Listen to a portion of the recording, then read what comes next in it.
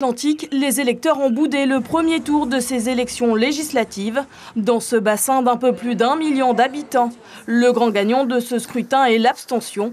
Elle dépasse les 74%. Saint-Pierre-et-Miquelon fait figure d'exception. L'abstention y atteint 40,5%. Le record est détenu par Saint-Martin avec 76%. Désillusion des électeurs. La population en a marre parce que je pense qu'un certain nombre de politiques, sans tous les mélanger, n'ont pas fait le job.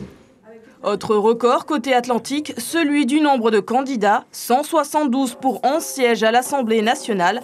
Face à cet afflux de candidats, les électeurs ont voté plutôt divers gauche à 35,4%. La droite et l'extrême droite sortent affaiblis de ce scrutin. Les Républicains ne recueillent que 10% des suffrages. Le constat est encore plus lourd pour le Front national, qui atteint à peine 1,3% des voix. La France insoumise n'a pas su également profiter de la dynamique de la présidentielle. Pas de raz-de-marée non plus pour La République en marche et le MoDem, avec 13,3% des voix. À Saint-Pierre-et-Miquelon, la ministre des Outre-mer, Annick Girardin, soutenue par La République en marche, est même en ballottage, au coude à coude avec le candidat d'Archipel Demain.